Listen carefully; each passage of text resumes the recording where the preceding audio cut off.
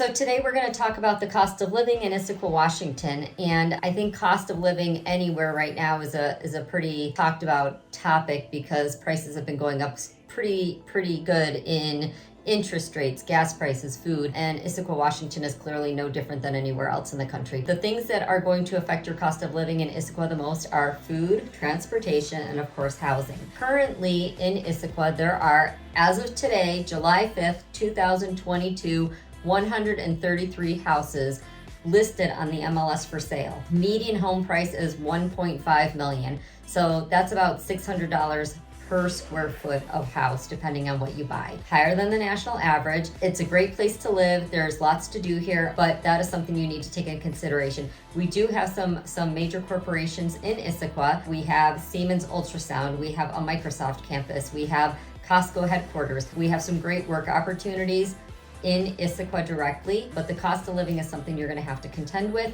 and housing is one of the top things. The biggest thing you're going to have, the biggest cost you're going to have is price of where you live. So housing is relatively expensive. Apartments, on the other hand, are a little bit cheaper. Rents are going down currently. As of today, that's because things are just shifting. So right now in Issaquah, the average for a one-bedroom apartment is, and I don't know how they come up with these numbers on rent.com, but $1,977. I have never rented a place where they've given me an odd number like that, but that is apparently the average today in Issaquah for a one-bedroom apartment.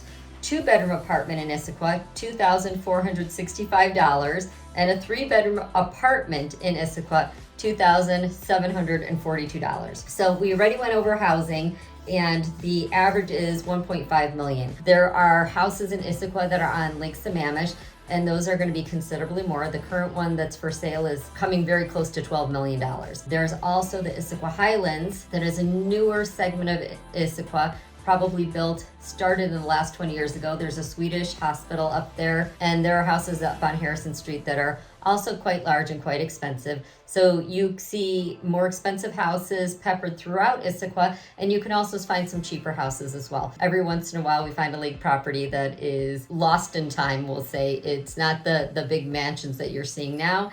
It's a small little house that somebody used as a vacation house many years ago, that's still sitting waiting for some new love. But again, housing prices and apartments are pretty consistently higher than the national average, we'll say that. Transportation is probably your next cost. There is a bus transfer station in downtown Issaquah, and there are quite a few people who bike or walk to the bus transfer station in order to get to their work if they are not working in Issaquah. It's pretty conveniently located alongside I-90. And again, there are many people who live in downtown Issaquah who like to bike to the transfer station or walk to the transfer station in order to get to their job.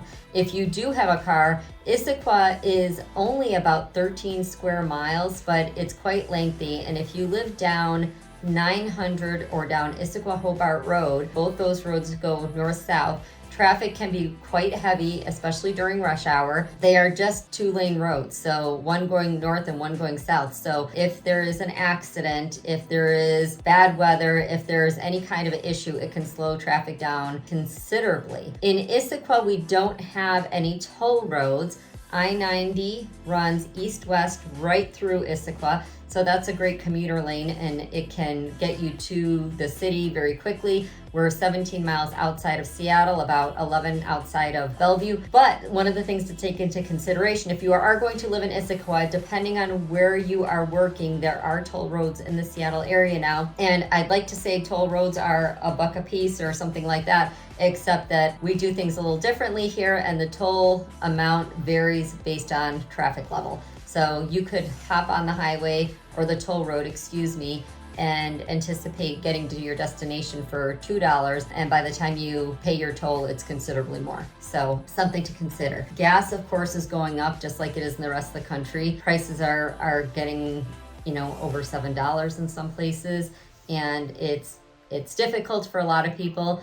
We have been pretty fortunate because we have a lot of tech industry in our area. There's a lot of people who are working from home, either full-time or hybrid working, where they're only going into the office. Some of the schools are also choosing to run that way as well. So people can save money on gas that way. There is some public transportation. We have a bus and the light rail is eventually coming to town. I can't tell you when, I wish I could. There's a lot of part of Issaquah, depending on where you live, that is very walkable, and people tend to be very pedestrian when they live in Issaquah. You can walk to go out to dinner, you can walk to go to the bus station, you can walk to go to music lessons, to lots of things. So there is a lot going on. Food is a big one. It used to really just chap my hide that cherries in Washington cost more than anywhere else in the country. We grow a lot of produce in Washington state, and I feel like we should benefit from growing produce in Washington state. But Washington state grown apples and cherries are probably more expensive here in Washington than I've seen them in other places. Not really a perk to have that here, but we do get fresh food, and that's a great thing. But you can expect to pay more for milk, eggs, meat, produce, anything, but Costco is right down the street, so it's always a good place to go. The other thing I will say about cost of living in Issaquah, and it's not really the cost of living in Issaquah, is that there's a lot to do here. We have lots of parks, we have lots of hiking, we have biking trails. Duthie Hill Bike Park is a nationally recognized bike park in Issaquah. We have the Cougar Mountain Zoo up on top of Squaw Mountain. Lake Sammamish, you can go to the beach, and just the other day it was a beautiful, beautiful day, and there were tons of people swimming and kayaking and paddleboarding. We have concerts in the park, we have a beautiful library. There are so many things to do right in Issaquah that you really don't need to go very far, so that helps to minimize any excess costs you have with transportation, because you're not always trying to get out of town. It's a great place to be, and it's a great place to live.